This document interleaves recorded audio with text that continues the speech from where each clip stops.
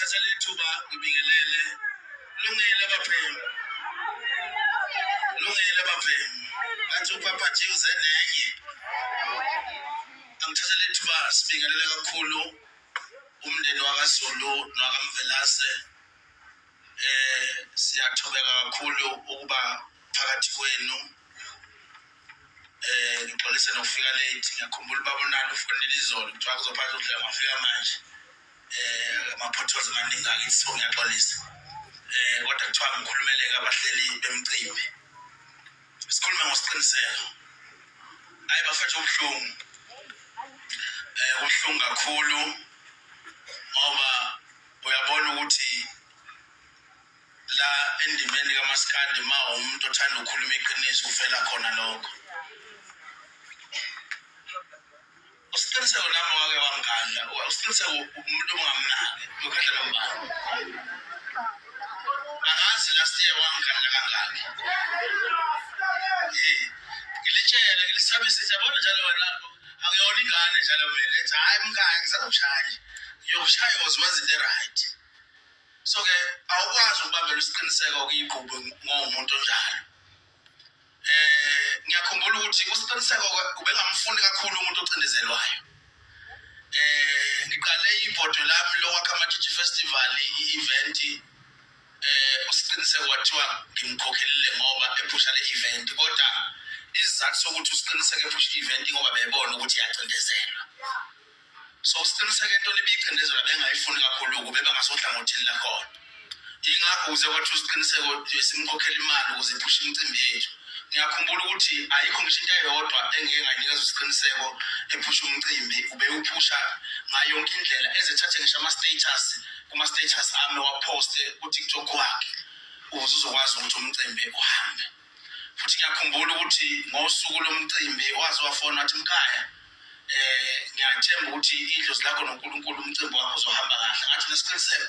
njengamanje u11 o'clock kodwa egate ngokwamatheki sebekhona abantu abawu-6000 okusho ukuthi khululeka mfowethu ukusendela manje isithombe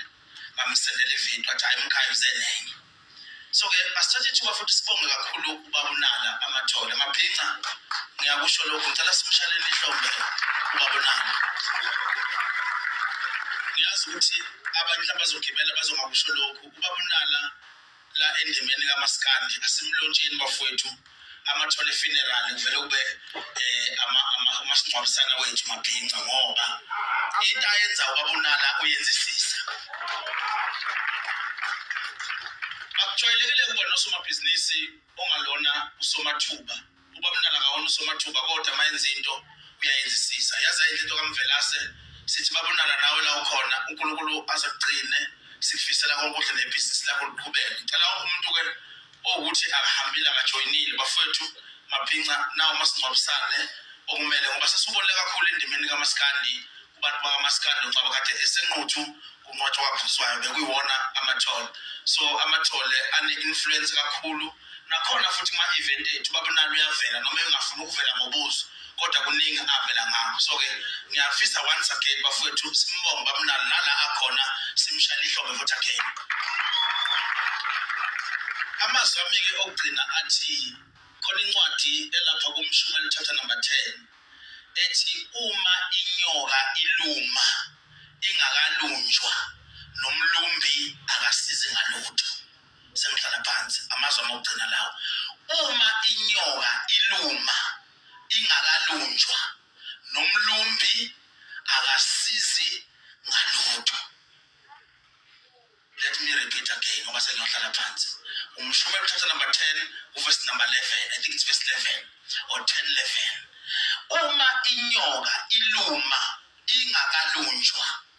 nomlumbi akasizi ngalutho sonke sizofa kodwa uwenze sure ukuthi ma uyinyoka uluma uqaphele ukuthi wena ulunjiwe yini ngoba nawo bohlangana abafana nawo thank you so much